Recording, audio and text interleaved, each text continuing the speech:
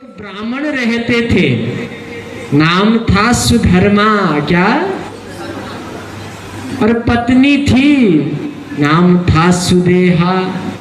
क्या नाम था?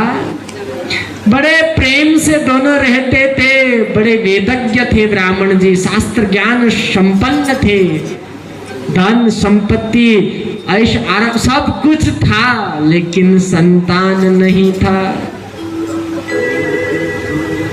संतान नहीं होने से सुधर्मा पंडित जी को तो कोई कष्ट नहीं थी, क्योंकि उनको वास्तविकता पता था कि न संतान सुख देती है, न धन सुख देती है। सुख तो केवल ईश्वर देते हैं, शांति तो केवल भोलेनाथ देते हैं। उनको तो कोई लालसा नहीं थी, वो चाहना से ऊपर उठ चुके थे। लेकिन पत्नी सुदेहा को हर बार हर दिन लगता था कि मैं अपने पति को कोई एक संतान नहीं दे पाई, वंश रुक गया, अब क्या किया जाए। रोज वो दुखी रहती थी। देखिए, संतान होना आवश्यक है, क्योंकि संतान नहीं होने से पितर भी रोते हैं। अब ये नहीं कि पुत्र ही हो, लोग तो कहते हैं पुत्र ही हो, बेटियां नहीं बेटे ही हो, ऐसा कहते हैं। लेकिन शास्त्र क्या कहता है? अरे 10 पुत्र समाह कन्या यस्या शीलवती सुता। अगर बेटी शीलवान ज्ञानवान और अच्छी हो, संस्कारी हो, तो 10 बेटों के बराबर एक बेटियां। देखिए, जब सृष्टि की प्रारंभ हुई, सृष्टि का आदि काल में जब मनु और शतरूपा से जब मानवी सृष्टि प्रारंभ हुई, तब सबसे पहले आकुति, देवहूति और प्रसूति 3 बेटियां ही पैदा हुई थी।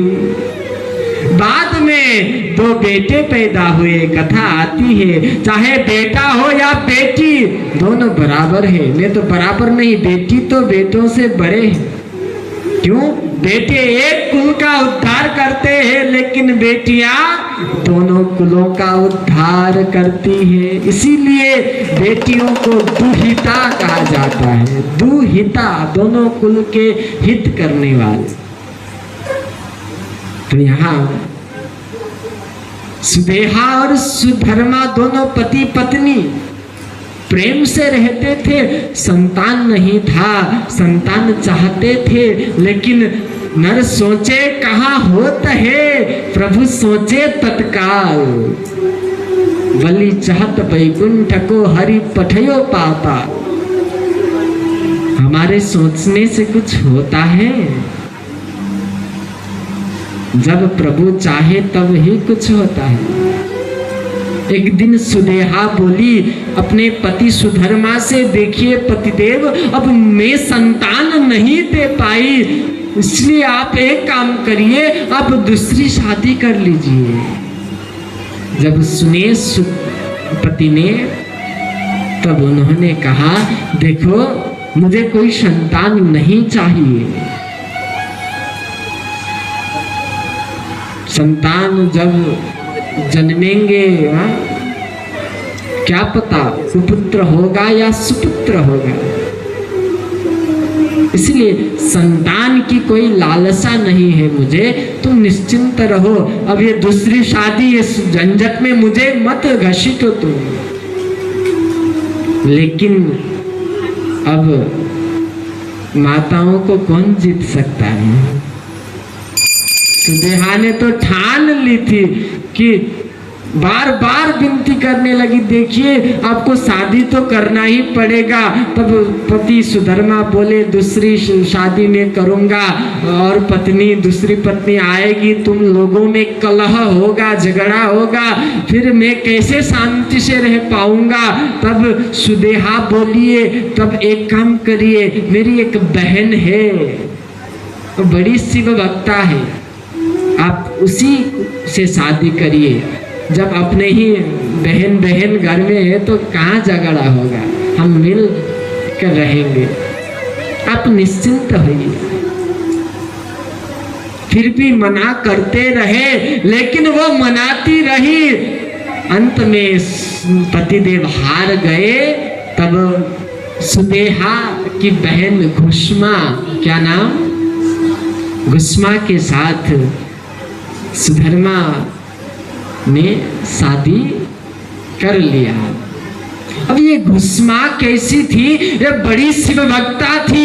ये बिना शिव का पूजन किए कुछ नहीं करती थी। ये क्या करती थी? सुबह उठती थी और स्नान आदि कर्मों से निवृत्त हो वह सुंदर सुंदर शिवलिंग का निर्माण करती थी, पार्थिव शिवलिंग का। कौन सा शिवलिंग? या तो बालू से या तो मिट्टी से, इसमें दूध दे दे करके बड़े प्रेम से पंचाक्षर मंत्र का उच्चारण करते हुए जो निर्माण किया जाता है उसे कहते हैं पार्थिव शिवलिंग। एक दिन किसी ने भोलेनाथ से पूछा, महादेव आपको कौन सा शिवलिंग प्यारा है? भोलेनाथ बोले कौन सा मतलब? तो भक्त बोला, महादेव कहीं स्वर्णलिंग होता है सोने का, कहीं अष्ट धातुओं का, कहीं पंच धातुओं का, कहीं पारद का होता है, कहीं नर्मदेश्वर का बाण लिंग होता है, कहीं स्फटिक का शिवलिंग होता है।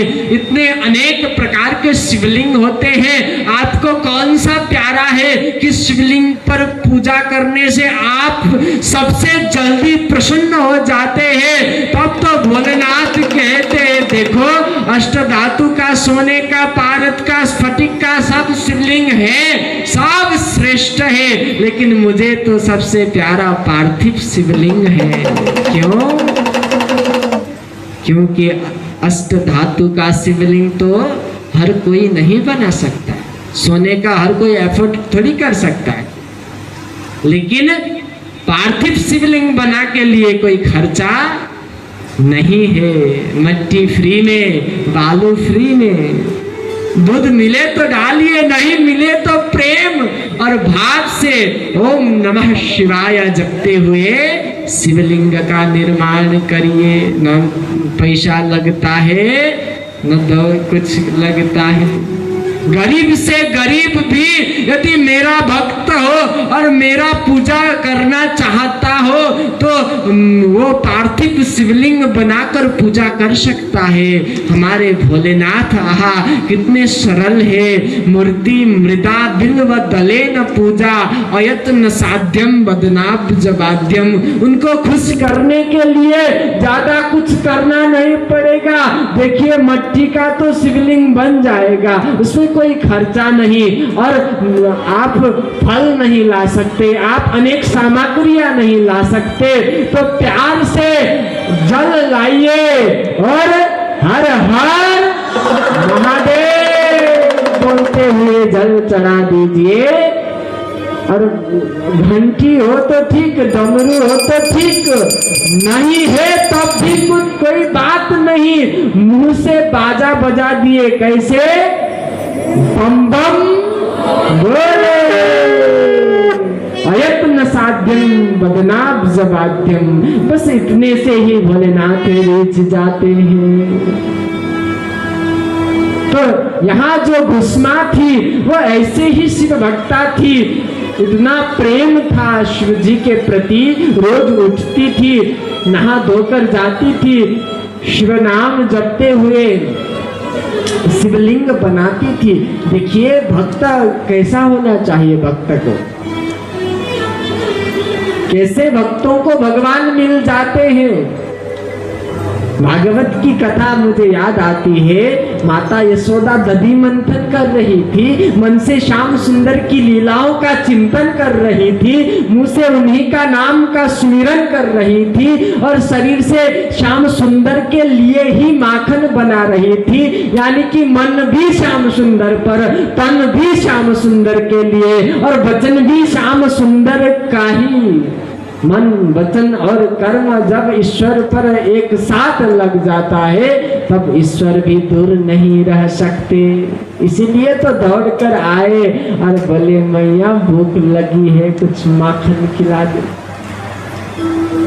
तो यहाँ घुस्मा भी ऐसे ही है, मुंह से ओम नमः शिवाय जपती है, मन में भोलेनाथ को याद करती है और हाथ से शिव पूजन करती है। समय बीतता गया, कालांतर में भोलेनाथ की कृपा हुई और घुस्मा के यहाँ सुंदर बालक का जन्म हो गया। बोल शिव शंकर भगवान की। और घुस्मा सिर्फ भक्त ही नहीं थी, ये तो बड़ी योगिनी निकली। क्यों? गीता में कहा गया है जो दुख और सुख में सम रहे वो तो योगी है। समत्वम योग उच्यते। दुखेषु मनुद्विग्नमना सुखेषु विगतस्पृहा वीता राग भय क्रोध स्थितधीर मुनिरुच्यते। जो राग भय क्रोध से परे हो, जो सुख और दुख में एक सा रहे, वही तो योगी है। आज पुत्र जन्म हुआ, हर्ष नहीं हुआ। क्यों? भोलेनाथ ने दिया, इसमें मेरा कुछ नहीं। सुनिएगा, बाद में कथा बड़ी सुंदर है। अब घुस्मा के यहाँ तो पुत्र जन्म हुआ। अब तो सब घुस्मा को बधाई देने लगे। अब दिन दिन में घुस्मा की ही बड़ाई होने लगी। सब घुस्मा के ही यहाँ आते हैं, उससे ही कुछ बात करते हैं। अब सुदेहा को कोई नहीं पूछता। अब अंदर डाह बढ़ने लगी, ईर्ष्या बढ़ने लगी। अब ये डाह इतनी बड़ी बढ़ती रही। एक दिन क्या हुआ, बड़ी विचित्र कथा है। सब सो रहे थे, रात का समय था।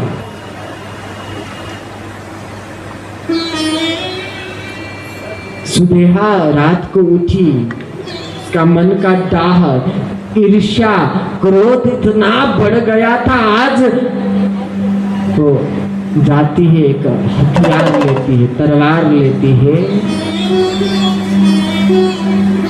सोते हुए बालक का विवाह भी हो चुका था, तब बाल विवाह होता था छोटी ही उम्र में। पुत्र वधू सास घुस्मा के साथ सोई हुई थी। अकेला सोया हुआ था बालक, 10-12 साल का था। रात का समय था, कोई सुनसान, कोई नहीं था जागा हुआ। तब सुदेहा हाथ में तलवार लिए रात को गई जहां वो बालक सोया था। चुपचाप वहां गई और तलवार से निर्ममता पूर्वक 5 टुकड़ों में काट दिया बालक को और बोरी में भरकर रात को ही ले जाकर वहां फेंक दिया। कहाँ? जहां घुस्मा पार्थिव शिवलिंगों को विसर्जित करती थी रोज, वहीं तालाब में शव को फेंक दिया और आई, नहा धोकर सो गई। सुबह हुई, सबसे पहले वही उठी और फूट फूट कर रोने लगी। घुस्मा तो सुबह उठकर चली गई थी, तालाब किनारे बैठ वह तो शिव पूजन कर रही थी। इधर सुदेहा उठी और सबसे पहले वही फूट फूट कर रोने लगी। छोटी सी पुत्र वधू वो उठी और अपने पति को देखने के लिए जैसे ही गई, देखा तो पूरा कमरा रक्त से भरा पड़ा था। कुछ अंग के टुकड़े वहां पर बिखरे थे। छोटी सी बच्ची देखकर बेहोश हो गई। थोड़ी देर में होश आया, रोती हुई बिलखती हुई दौड़ी गई जहां घुस्मा थी और जाकर उनके चरणों में लेट गई। फूट फूट कर रोने लगी, हे माँ, मेरा सिंदूर चला गया, आपका गोद अब सुना हो गया, अब आपका बेटा अब नहीं रहा। पता नहीं न शरीर है न कुछ है, बस कुछ अंग के टुकड़े शेष है। अब क्या करे, फूट फूट कर रोने लगी। देखिए, जब गुस्मा ने सुना कि मेरा बेटा अब नहीं रहा, किसी ने निर्ममता पूर्वक मेरे बेटे को मार दिया, जब ये सुनी पूजा से थोड़ा भी मन नहीं हटा।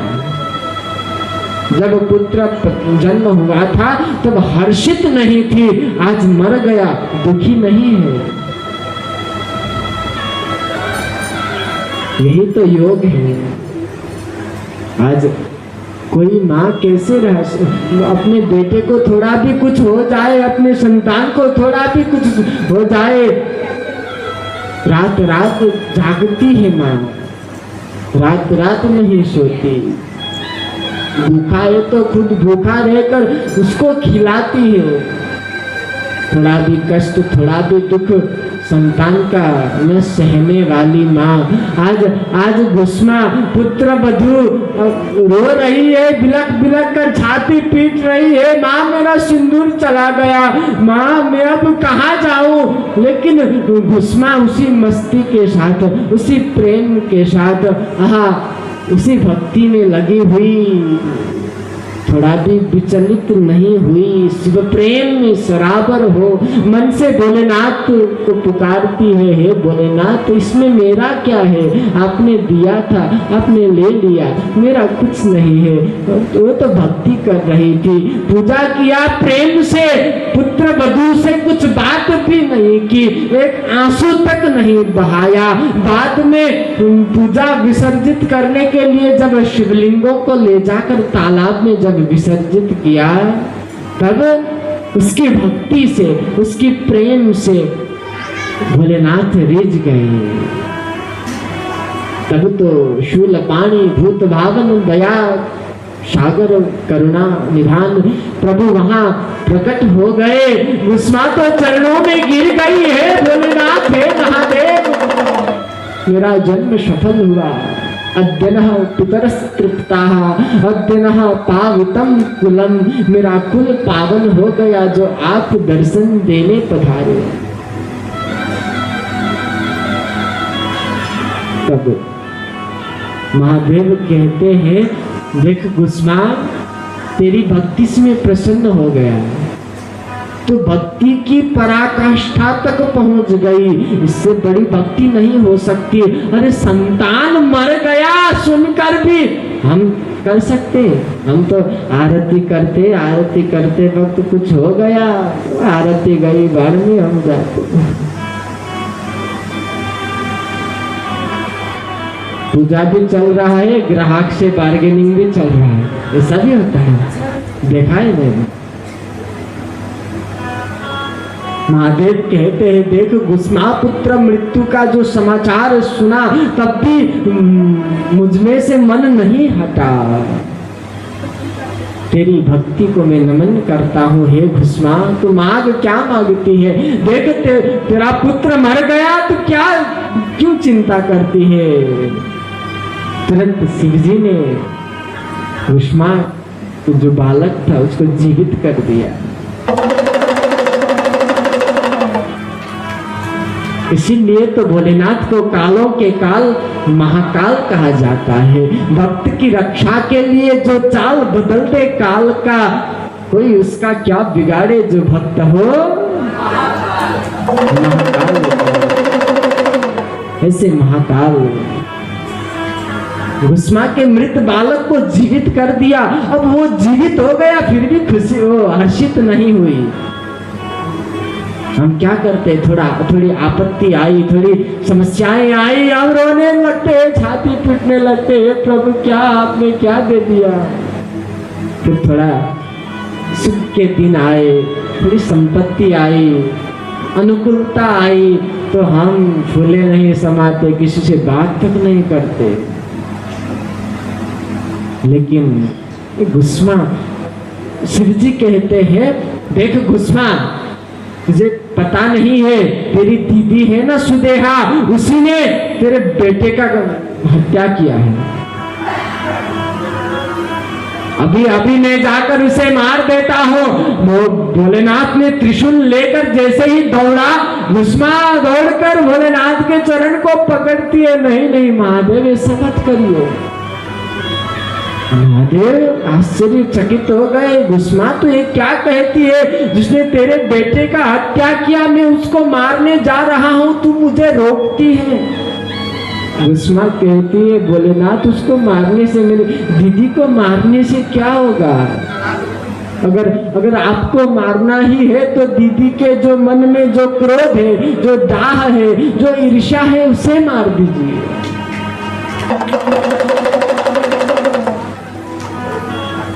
जब ये कथा में पढ़ता हूँ, सुनता हूँ, तो बौद्ध दर्शन का एक श्लोक याद आता है। यथा बेरेन, ये पाली भाषा में है, यथा बेरेन बेरानी सम्मन्ति ध कुदाचन अबेरेन तो सम्मन्ति एस धम्मो सनंतनो।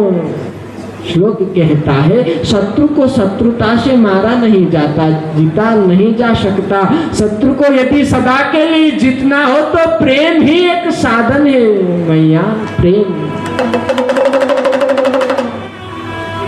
इसी कथा में मैंने भी कुछ लिखा है, भाग सुनिए। कभी तन तो कभी मन बदलता है, प्यार भरा हो तो नयन बदलता है। दुश्मन को भी गले से लगाकर तो देख, सुना है प्यार से दुश्मन बदलता है। आज घुस्मा कहती है आपको, हे भोलेनाथ मारना ही है तो मेरी दीदी सुदेहा का जो चित्त में बैठा है, जो काम क्रोध लोभ जो ईर्ष्या जितने भी दुर्गुण है, सबको मार दीजिए। मैं शिव पुराण के माध्यम से आप सभी को यही निवेदन करना चाहता हूँ कि कितने दुश्मनों को आप मार पाएंगे। एक से लड़ रहे हैं तो उस लड़ाई में ही 10 और दुश्मन पैदा होंगे। कितनों को मार सकेंगे, कितनों से लड़ेंगे? एक काम करिए, सब दुश्मन खत्म। क्या कि यतो मारयिष्यामि दुर्जनान गगनोपमान, मारिते क्रोध चित्ते तु मारिता सर्व शत्रवः। अपने अंदर की क्रोध को ही मार दीजिए, सारे दुश्मन अपने आप मर जाएंगे। आज शिव जी की आंखों से आंसू बहने लगे। अनेक भक्त ऐसे हैं जो भगवान के लिए आंसू बहाते हैं, लेकिन घुस्मा और उसकी भक्ति और उसकी साधुता धन्य है, जिसे देखकर आज खुद भूत भावन रो रहे हैं।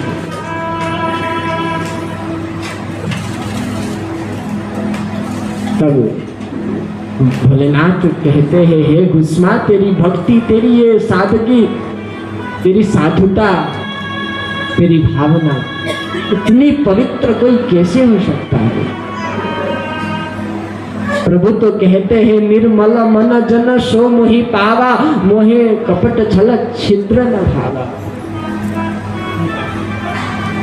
भक्त तो थी घुस्मा, लेकिन भक्त के साथ साथ वो परम पवित्र मति वाली थी। उसके अंदर कोई राग द्वेष छल कपट डाह ईर्ष्या ये सब नहीं थे। हम तो मंदिर जाते हैं, मैंने तो ये चढ़ाया, वो क्या चढ़ाया, मैंने इतना दिया, वो दिया।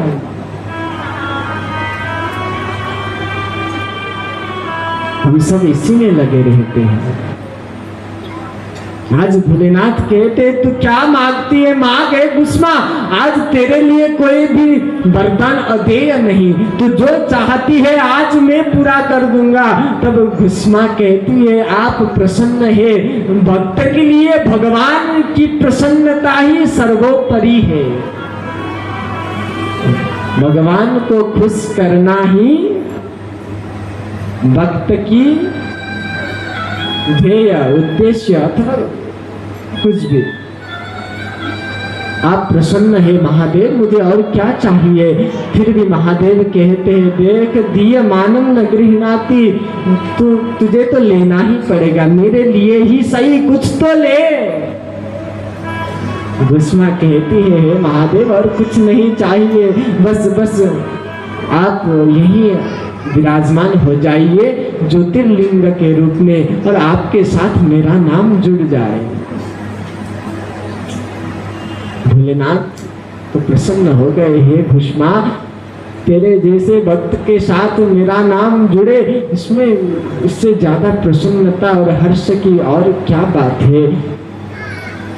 बार बार पराभक्ति का आशीर्वाद देते हुए आज भूत भावन भोलेनाथ महादेव ज्योति स्वरूप में ज्योतिर्लिंग के रूप में उसी परम पावन पुनीत पवित्र स्थान पर स्थापित विराजित और पूजित हो गए, जिसे आज हम घुष्मेश्वर महादेव कहते हैं।